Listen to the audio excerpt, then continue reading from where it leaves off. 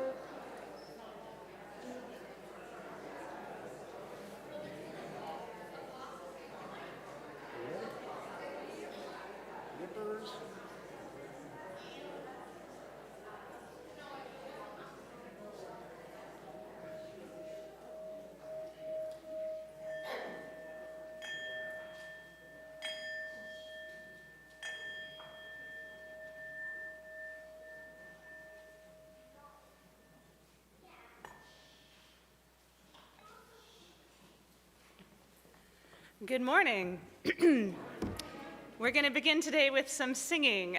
We're going to sing Lead with Love again. This is, as I mentioned last week, it was written after President Trump's election the first time by Melanie DeMore, who's a wonderful community singing leader in the United States.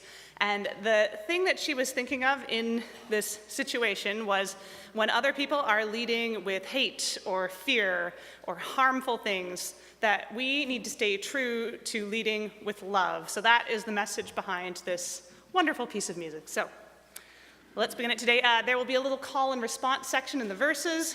Chorus, we can all sing together, and we'll start with the chorus, which is right up there, and this is well known. So we'll start with a little clap. Oh, I'm gonna go with this one. Okay. There you go.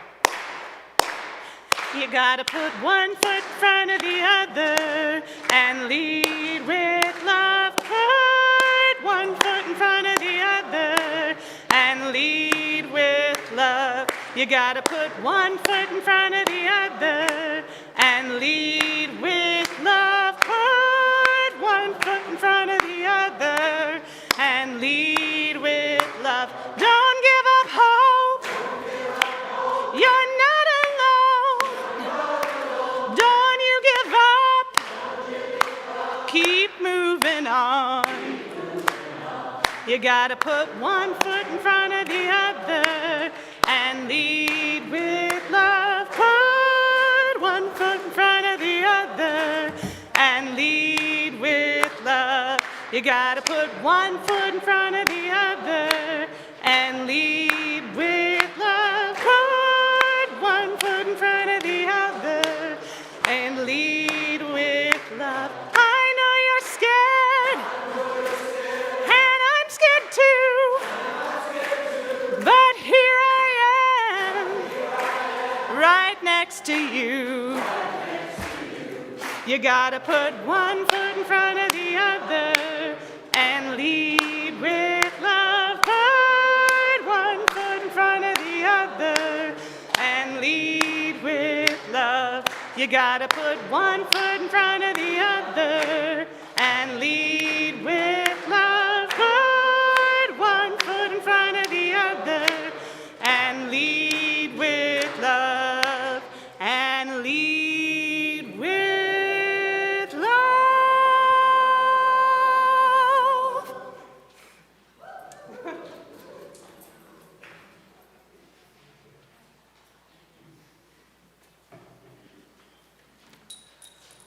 Well, good morning, now that we're all energized. I'm Guy Belperche. I'm a member of your board. I'm actually the treasurer, and I'm still questioning that choice. Phil left big, big shoes. I'm here with a few announcements. The Environmental Action Group invites you to join them in advocating against Ontario's Bill 5, the badly misnamed Protecting Ontario by Unleashing Our Economy Act.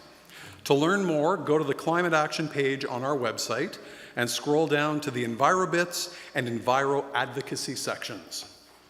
This coming Wednesday, we are hosting Maury Prevost, and I think I saw Maury today. There he is, right there. And the Beacon Community Concert Band for a fun and broad-ranging musical concert to benefit the FirstU food security program, including the food cupboard. Admission is by donation. Last December, we raised over $600 when the Beacon Band performed, and we hope to do even better this time. Refreshments start at 6:30, the concert is at 7, and there's a reception following at 8. See the EUU or posters on the table at the back for more information. Please make plans to join us on Sunday, June 29th, 4 weeks from today. This will be Reverend Eric's last Sunday with us at FirstU. It will also be our annual flower ceremony, and we will have a congregational picnic after the service. So watch the EUU for more information. And I'd now like to invite Nina Strang, there's Nina, to come up to the podium to tell us a little bit about the UU Pride Planning Party after the service. And when Nina's done, Ann Nagy will be joining us to tell us about something very special coming up on June 14th. Nina. Good morning, everyone. Today marks the first day of International Pride Month. Since I became a part of the congregation in 2023, I've loved being part of planning and participating in FirstU's Pride festivities. We have marched in the Pride Parade and had an annual Pride service each August, and for me, it's been more than just fun and celebratory, but also a way to affirm and live the principles that first brought me to FirstU. In August, we have an opportunity to get involved once again, but we need more support, insights, and participation. Everyone is welcome to Embracing Diversity's planning party in the lounge after the service at 12 p.m., where we will establish what our people power can accomplish this year. Many hands make light work, they say, and I heard there may be cupcakes. So I hope to see you in the lounge at noon. Thank you.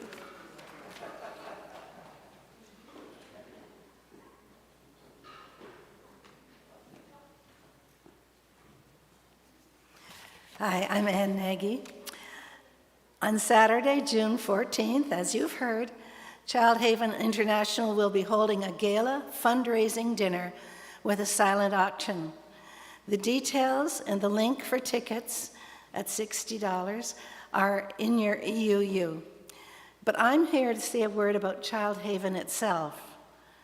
In 2016, Phil and I spent 3 months at the Child Haven home in Gujarat, India. There we saw happy children living together as one big family. Most of them had been placed by parents who were unable to support them. At Child Haven, they received an education, even up to and including post-secondary schooling, that would have been impossible from their parents' homes. They ate a healthy vegetarian diet that included second servings. They were able to enjoy treats occasionally and holidays that were great fun, such as Kite Flying Day and Holi. Holi is the holiday where you throw bursts of color on each other. That was quite something. They were encouraged to develop in their own culture and were prepared to make a better life when the time came to move on. Child Haven is a charity that wastes no money on advertising or bureaucracy. It is truly grassroots, with local managers and local carers. Our job is to provide funds. If you can't make it to the fundraising gala, please consider donating to Child Haven International at childhaven, one word, .ca. Thank you.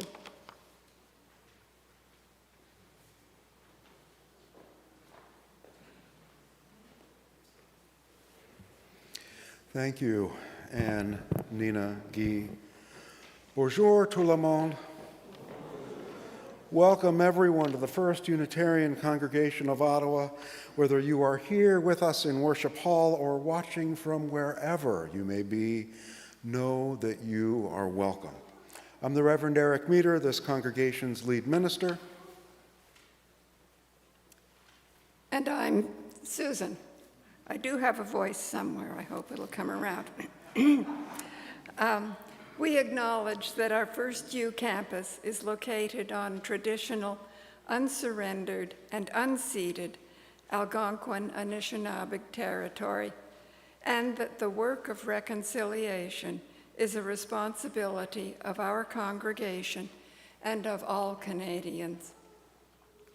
Our goal is to educate ourselves and all who have the willingness to understand, to be of service to those who are at risk, and to advocate for justice. Let's join our voices in song once more. Please rise in body or in spirit as Jen leads us in singing What Wondrous Love. It's number 18 in the gray hymnal, and the lyrics will also be up on the screen.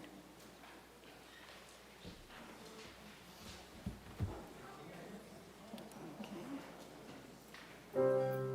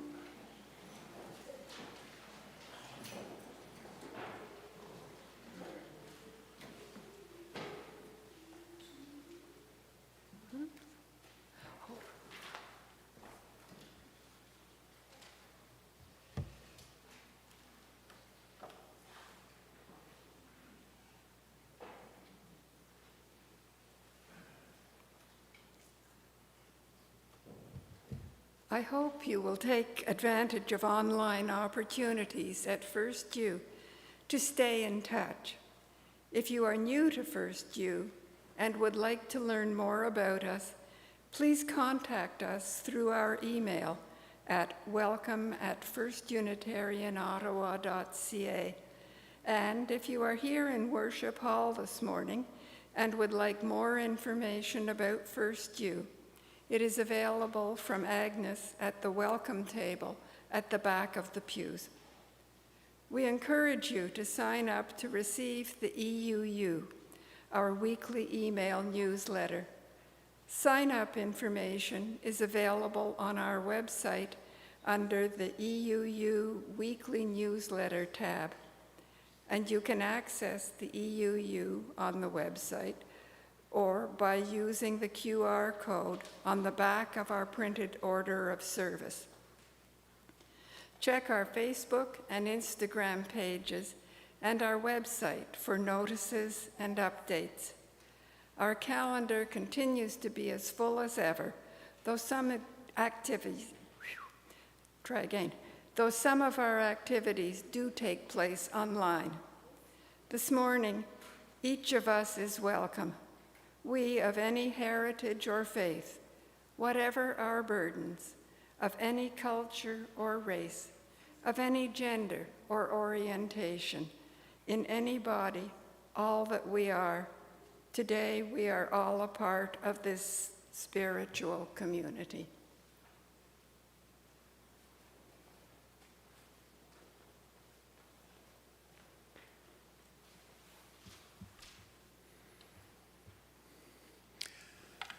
Thank you, Susan. To begin this morning's reflection on the interplay between our experience of loss and our faith, we light our chalice this morning to these words by Lindsay Bates. To face the world's darkness, a chalice of light. To face the world's coldness, a chalice of warmth. To face the world's terrors, a chalice of courage. To face the world's turmoil, a chalice of peace. May its glow fill our spirits, our hearts, and our lives.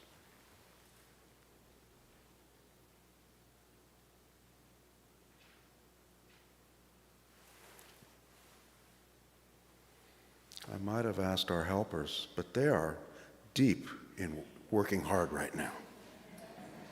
Our chalice is lit. Come, let us worship together as we begin by singing our chalice song. Jen?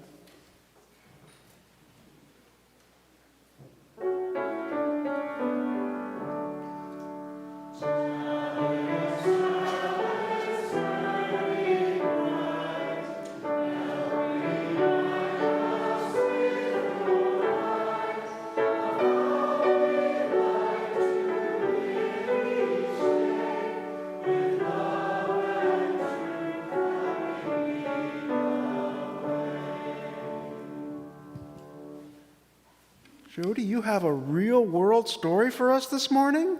I sure do. Good morning, everyone. I'm Jody McIntosh, the Director of Religious Exploration, and I have a story for you this morning if anyone young or young and at heart would like to come and join me. So this morning, my story doesn't have any pictures, so you're going to have to use your imagination. And this story is different this morning because it is a true story of something that happened to me, okay? And it's something I think about a lot. It's one of those stories that kind of gets stuck in your head. So I titled the story, The Christmas Tickets and the Power of Maybe. So this is a true story of how my mom taught me the power of maybe. Christmas in New York City. My husband Cam and I were practically floating with excitement for our upcoming trip. We had planned this trip for ages, dreaming of the twinkling lights of Fifth Avenue, the giant tree at Rockefeller Center, and the magical feeling that New York at Christmas can give you. Little did we know across the country, my mom was buzzing with a secret of her own, a surprise she had planned for us, tickets to the dazzling Christmas spectacular show at Radio City Music Hall. She had chosen the date and the seats so carefully, picturing our faces when we saw them. Her plan was to send the tickets to us in New York so that it was a total surprise. She found the address of our New York hotel online, wrote it neatly on a sturdy envelope, tucked it in the precious tickets, and hurried off to the post office. The next day, my mom was chatting with my dad about our Christmas plans. "I'm so excited for Jody and Cam to get those show tickets," she told him. Dad, ever the cautious one, frowned. "Did you double check the hotel address?" Mom paused, knowing she had been in a hurry to get them sent, and suddenly she doubted herself. A quick check online confirmed her worry. The website she'd used had an old address. Her heart did a little thump of panic. "Oh no, I used the wrong address." My dad's reaction was immediate and completely predictable. He threw up his hands and, "Well, that's it. They're gone. A complete waste of money. I knew something like this would happen." He shook his head, already writing off the tickets and the money spent. But my mom, her mind was already racing. "Wait." Her brow furrowed. "Maybe I can do something. Maybe I just sent them. Maybe I can call the post office and see that they can stop them." Dad scoffed. "Be realistic. Once in the mail, it's gone. It'll be delivered to some random place, and that'll be the end of it. Why bother even trying?" But my mom wasn't listening to my dad. She was just thinking, "I have to try. I just have to." And so my mom bundled up and headed straight back to the post office, where she had mailed the envelope. She explained her mistake to the worker. Unfortunately, it was not good news. The mail had already been picked up. My dad's words echoed in her mind. Why bother? But she persevered and asked the worker where the mail would go next. She was told that it was on the way to the sorting center. Without hesitation, Mom drove to the large, bustling sorting center across town. It was a huge building filled with mountains of mail. She approached the information desk and explained her predicament again. To her surprise, the person behind the desk listened patiently. When she finished her story, the reply was, "Well, it's a long shot, but we can try to see if we can locate it." Mom provided every piece of information she could remember. The postal worker made some calls, typed on their computer, and after what felt like an eternity, looked up with a hopeful smile, telling my mom that they found an envelope matching her description, and it hasn't been processed for outgoing delivery quite yet. Mom's heart leaped with joy. They actually found it.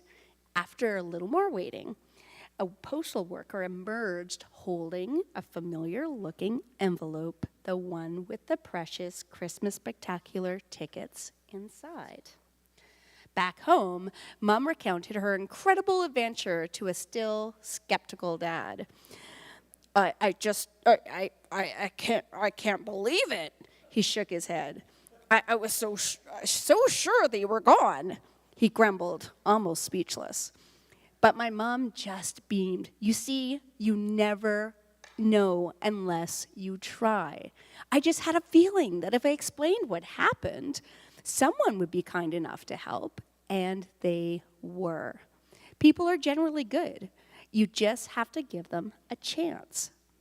Now that the tickets were safely back in her hands, my mom called me to retell the story.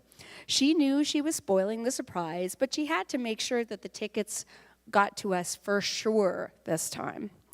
I was as shocked and surprised by her story as much as my dad was.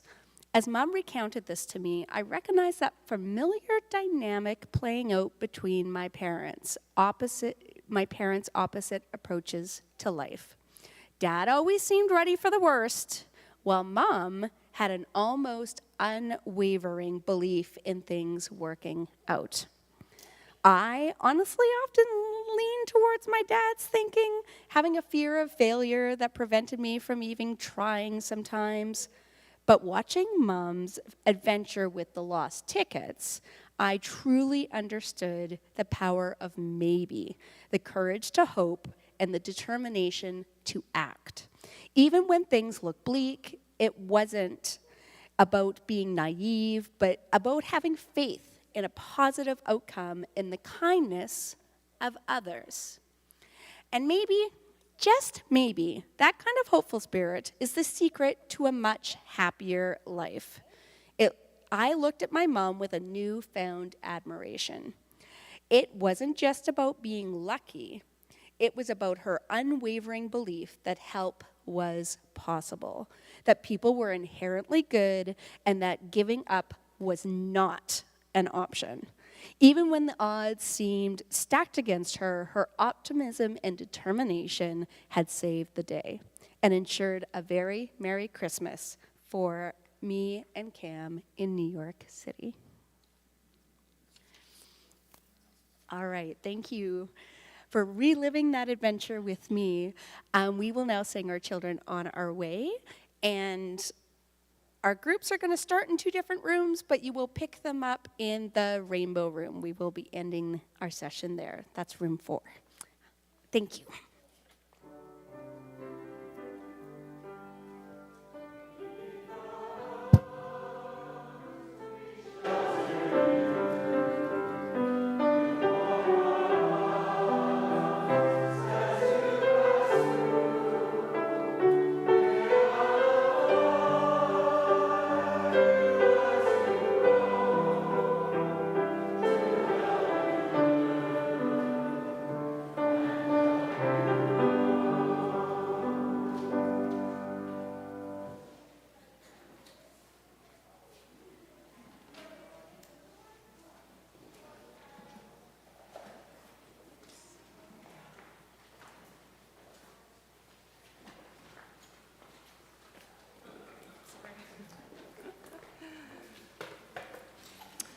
Today we have a double anthem Sunday. As the choirs wrap up, we just have too much music we want to sing for you, so we get 2 today.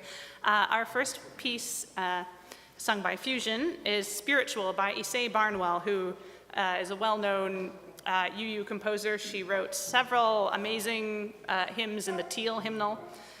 And this is a sort of modern version of a spiritual, or specifically a sorrow song that expresses grief, loss, insecurity during dark times. The spiritual, of course, was a really vital form of preserving culture and heritage and expressing these deep emotions during times of slavery. They have also been used very frequently as protest music since then. You'll hear references within it to pivotal protests and movements in the States fighting for a better future. So while it is a dark piece that talks sort of about the temporary nature of life, it also talks about the importance of looking within yourself to find hope and resilience to continue to fight against the problems in our world today.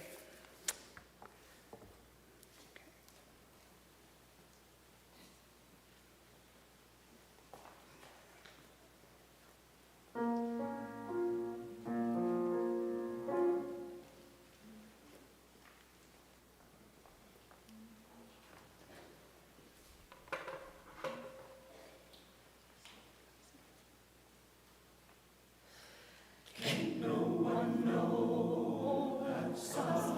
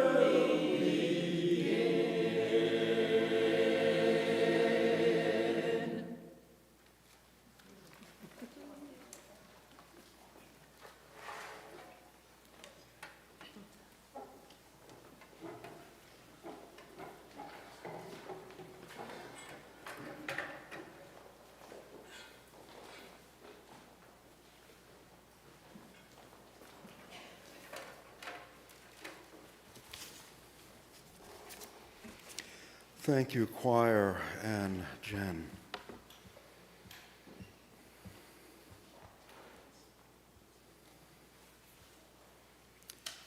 Each week, we pause in our time together in recognition of the joys and sorrows in our lives and across the globe.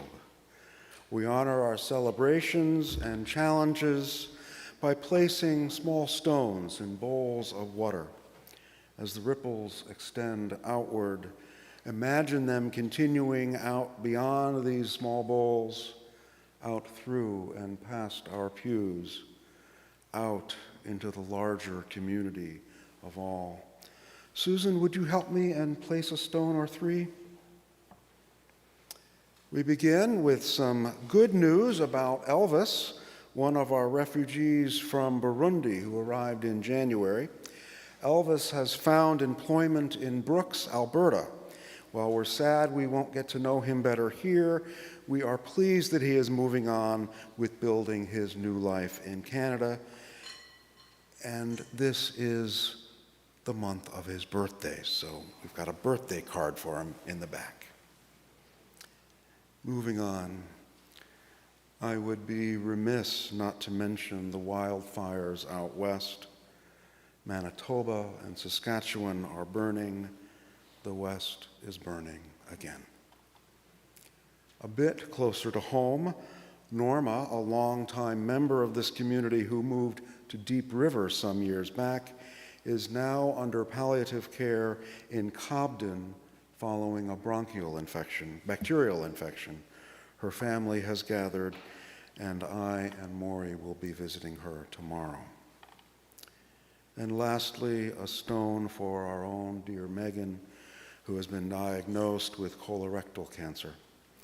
She will begin a year-long treatment plan starting tomorrow, beginning with 6 rounds of chemotherapy. We wish her strength during her treatments and a full recovery.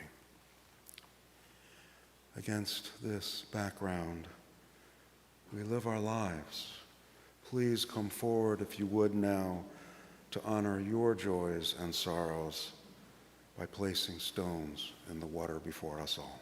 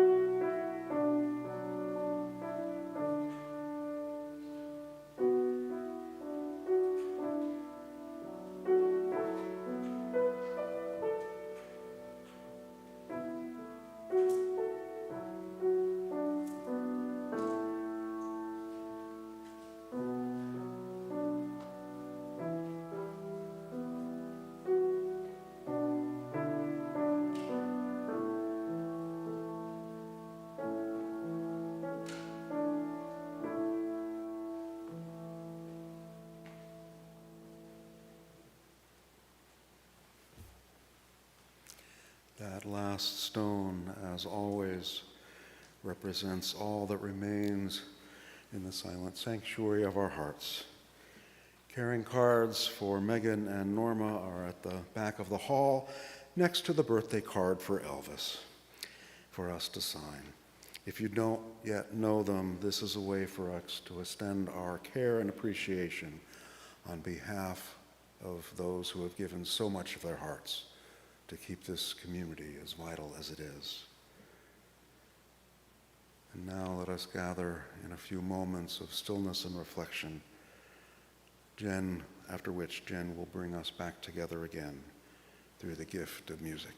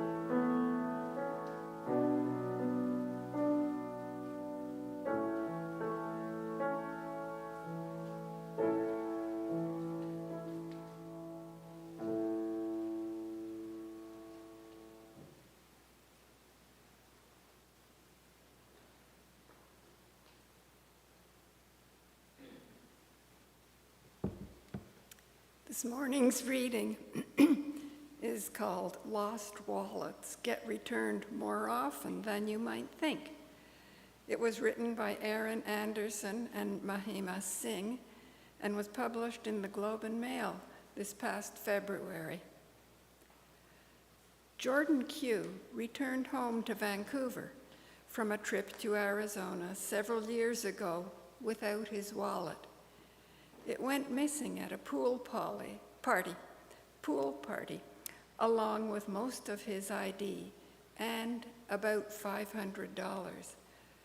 Gone forever, Mr. Q assumed, until he received a message on social media from a stranger in Baltimore, Maryland, requesting his address. His wallet soon arrived in the mail, with all his cards and money tucked inside. Mr. Q was pleased to get his wallet back, but despite his first-hand experience with the kindness of a stranger, he still believes that most people would take the money and run, or dodge any effort to return it. Most people, he says, don't have the drive to go out of their way. Mr. Q, however, is not his own idea of most people. Not long after his own lost wallet luck, while working in an underground parking lot, the then 25-year-old found a gift card in an envelope on the ground. He Googled the name, made contact by email, and drove across the city at the end of his shift to drop it in the owner's mailbox. That gift card just happened to be John Helliwell. That gift card owner just happened to be John Helliwell, one of the world's leading happiness experts, with a particular interest in studying lost wallets. According to Dr. Helliwell's research, the same people who rate themselves as highly likely to return a lost wallet also doubt a stranger would ask so altruistically, much like Mr. Q. But those strangers deserve more faith. Lost wallets come back far more often than many of us think. Roughly 2/3 of the time in Canada, according to several real-world experiments. And our happiness would be higher, Dr. Halliwell says, if we were more accurately optimistic about our fellow citizens. Believing in the benevolence of others creates a more connected and trusting society, where a stranger is a friend you haven't met yet, he says, rather than someone to be viewed with suspicion.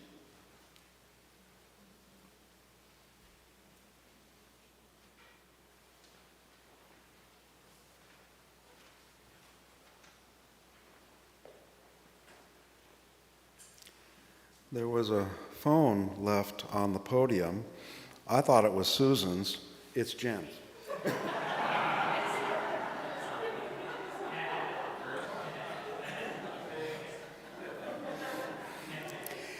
You can't make these things up.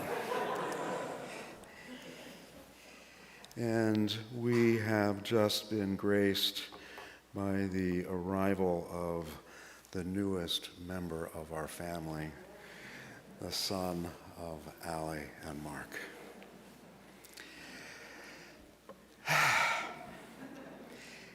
And the line facing me doesn't follow that. I'm going to go ahead with this. I apologize.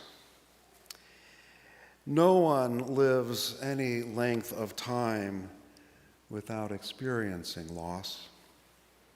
From wallets, to keys, to phones, to pets, to human loved ones, to dreams, to our freedom and the ability to make decisions for ourselves, loss is part of life. No one is immune. The habits we develop related to our losses become integral parts of our character. Now, and this was written, and this does follow, I'm one who misplaces my phone at least once every 2 weeks. In these times, strong emotions rush to take over everything else in my consciousness. Panic and self-blame chief among them. In these moments, my focus is entirely devoted to restoring my access to the greater world. Nothing is more important. Once at a previous congregation on a Saturday morning, I was running a workshop. I had my phone charging on my desk, and I mistakenly left my office door open, so the phone was lost. I was preaching the next day, but I couldn't think without getting a replacement phone. So I went to the store, and they asked me for my the last 4 digits of my Social Security number. I was still frazzled. I couldn't remember them, had to drive home, and then back to the store once I had figured out them. And only after powering up the phone, beginning to transfer everything, then I could finish writing my sermon. Now, most often thanks to the 21st century technology called Find My, the phone trills and I find it where I least expected it to be, of course, right where I left it. Thankfully, our dog Watson hasn't started burying the phone in the backyard yet. And of course, we lose much more than our phones. The Globe and Mail article, which Susan shared with us the beginning of later, and I should say there are 6 or so copies. I printed out the whole thing on the back if anyone wants to see the whole article.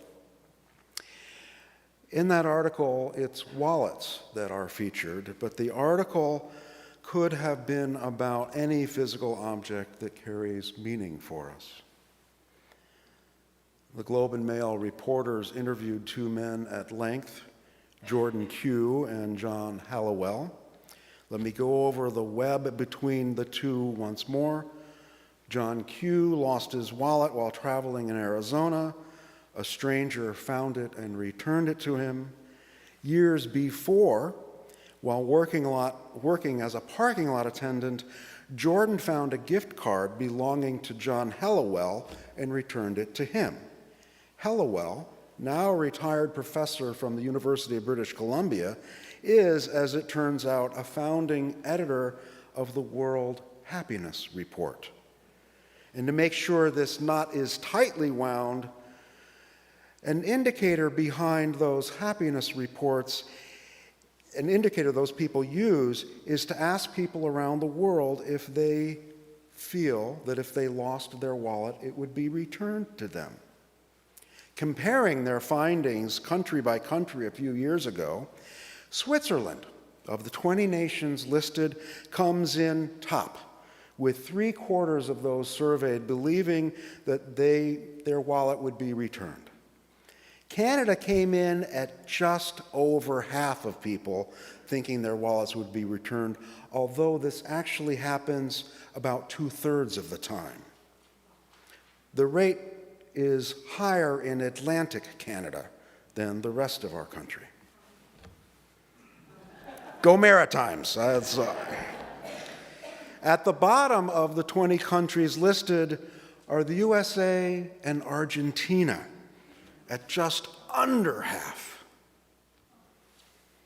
To repeat the point that Susan shared at the end of her reading, there is a correlation between what we anticipate and the degree of our general happiness as human beings. The thing is that just like the example in Jody's fabulous story of her parents, there are sometimes reasons to be skeptical as well as hopeful. Jody's mother's stick-to-itiveness, I'm not sure what you call it, optimism, I need that lesson as well. So, Jody, thank you. And wallets, though they carry identity and bank cards, carry things that can be physically replaced. Many of the things that we lose are irreplaceable. Thankfully, we have our memories, though they are always imperfect. Now, what can we learn about the interplay between loss and our faith? In a bit of a stretch, and I may have mentioned this before, but I'm not sure. Before seminary, I attended a congregation in Minneapolis, and that congregation's religious educator asked me to help lead a 6-week class on loss with 5-year-olds. Well, it turned out that 3 or 4 weeks would have been enough, and in 6 weeks, we ended up burying a lot of pretend birds in shoeboxes. Helping our young ones talk about losing both pets and grandparents was revelatory. Those 5-year-olds got it. They understood that the expectation of life, that life will be fair, is frankly a setup. Yes, it matters that we be fair towards others. And yes, of course, we want to be equitably treated, but there are no guarantees. No guarantees, of course, except the proverbial duo of death and taxes, and the fact that life will throw us a curveball or two when we least expect it. When I mentioned to Jen Bernstein, our exquisite music director, I didn't tell you I was going to say this, Jen, that I'd be talking about lost wallets this morning, I could see her immediately and understandably blanch, even though we were talking on the phone. She had told me weeks ago that Fusion would be singing Yesai Barnwell's Spiritual this morning. How was a sermon on such a first world experience as lost wallets going to do anything except slap the face of our choir when they sang these lines to us? Can't no one know at sunrise how this day is going? to end. You know the troubles of the world fill our hearts with rage. From Soweto, Stonewall, Birmingham, and LA, searching for hope that lies outside ourselves as we fight against misogyny, hatred, and AIDS. Now, Barnwell's examples are from South Africa and her experience south of our national border. But hatred, racism, and disease have never been confined by national borders. Yet we here in the beginnings of the true North, I just finished watching North of North, so we're on our way, but we're not quite there yet, are no strangers to injustice, racism, and tragedy. The need for settlers like us, I'm generalizing, to reconcile with the offspring of those who have known this land as home for millennia. And the baseline is far from fair. Their communities set themselves against others in the fight for far too scarce resources. And the political red herrings that keep the populace from keying in on manipulations that affect them each and every day. OHIP, anyone?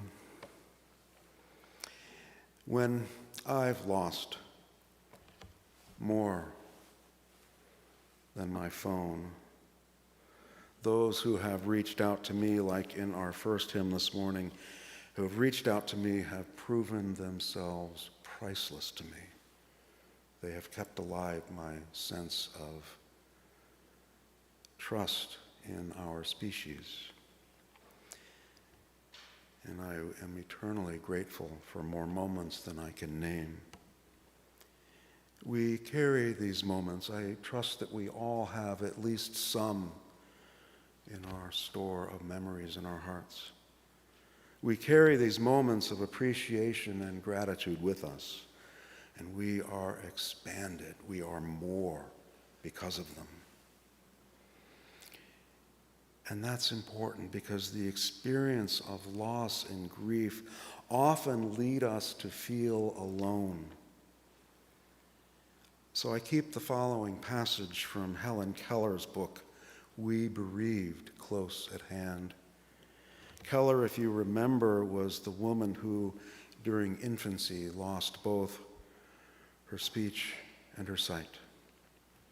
She writes, "We bereaved are not alone.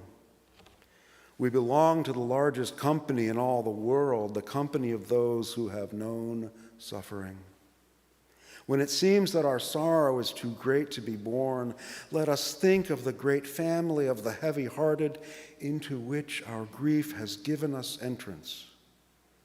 And inevitably, we will feel about us their arms, their sympathy, their understanding.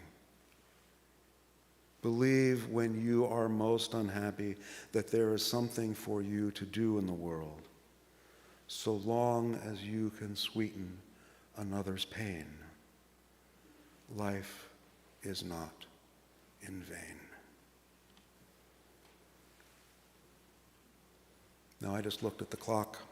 I've got a couple more pages, but none of what I have is better than what Helen Keller has written. So I will just say, for us here in Canada's capital city, the road ahead will provide more than ample opportunity to sweeten the pain of our neighbors, and celebratory cards to recently arrived refugees is just the tip of the iceberg. Keep loving ferociously. Keep supporting those who you barely know. Help make this world come alive again in love. Allie and Mark, you're showing us the way. So may it be, everyone. Amen.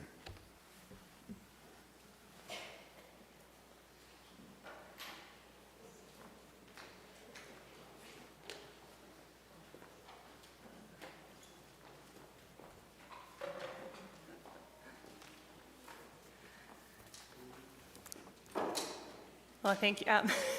And I should say, Reverend Eric, you did read my facial expression over the phone correctly, but, but I should have had faith you would tie it in very beautifully like you did.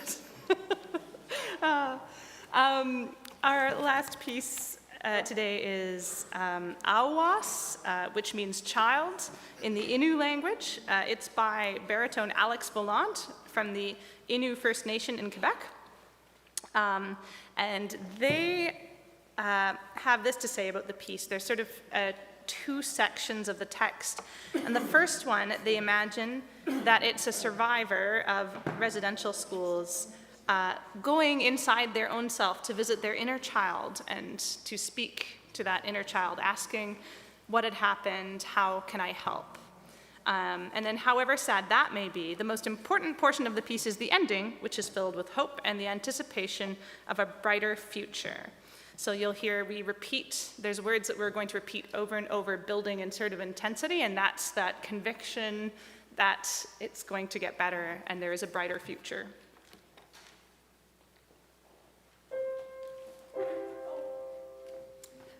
We have a solo by Doug McDonald, and we have Mariella Kiblusek on drum as well.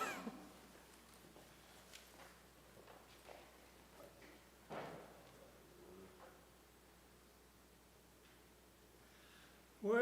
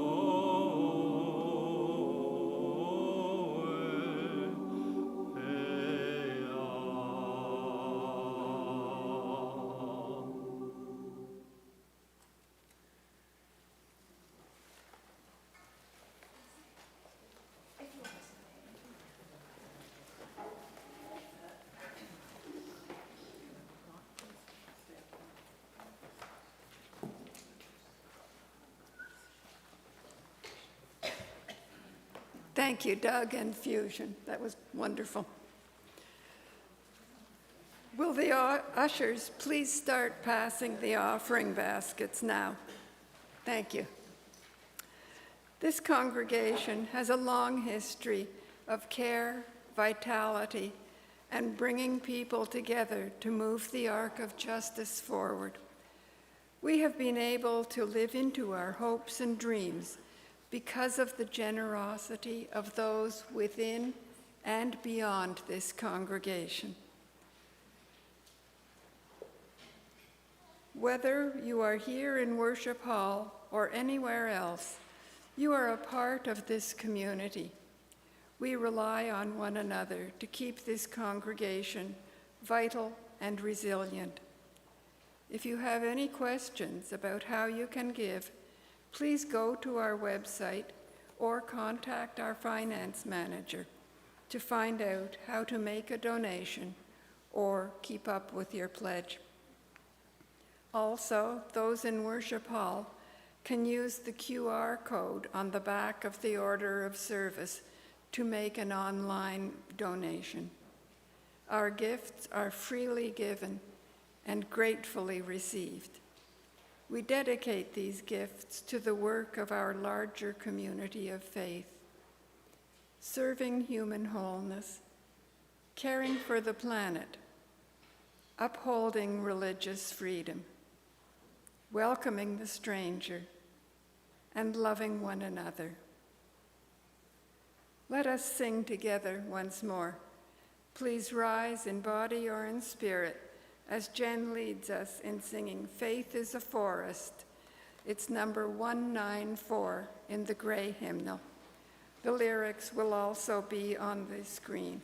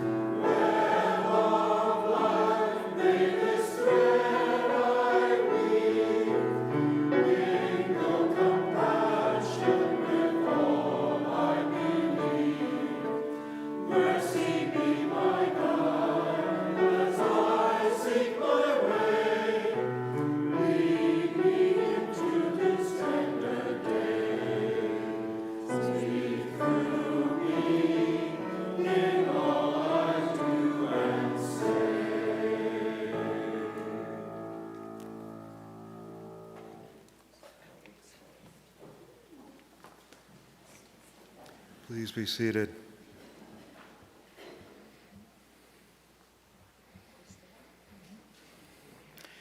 Before we close this time of worship and reflection, a reminder that food and household items from our grocery support program are available to any and all from the room adjacent to Fellowship Hall, where the Ajaski grow towers are ready for harvesting.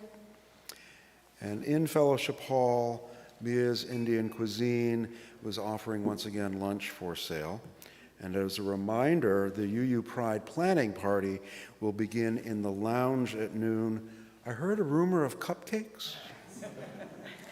If you are new here or still feel new or simply welcome a really good conversation, please pick up a green mug as you enter Fellowship Hall. Doing so will help others looking forward to a good conversation find you.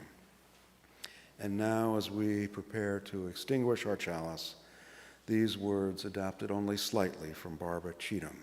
May they be our guide. And now, we take our leave. Before we gather here again, may each of us bring happiness into another's life. May we each be surprised by the gifts that surround us. May each be enlivened by constant curiosity. And may we remain together in spirit till the hour we meet again.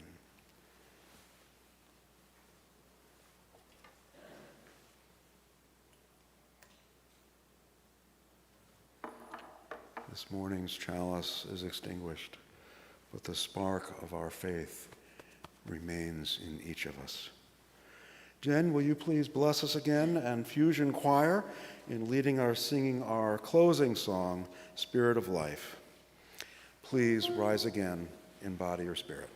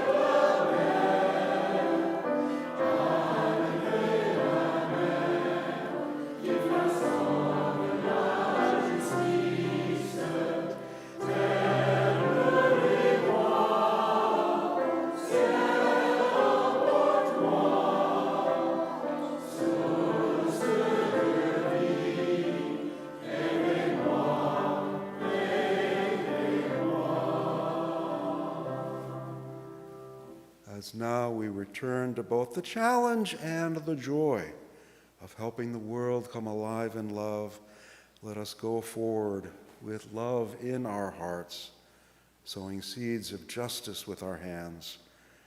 And doing so, may we find our steps of peace. Go in peace, my friends. Go in peace.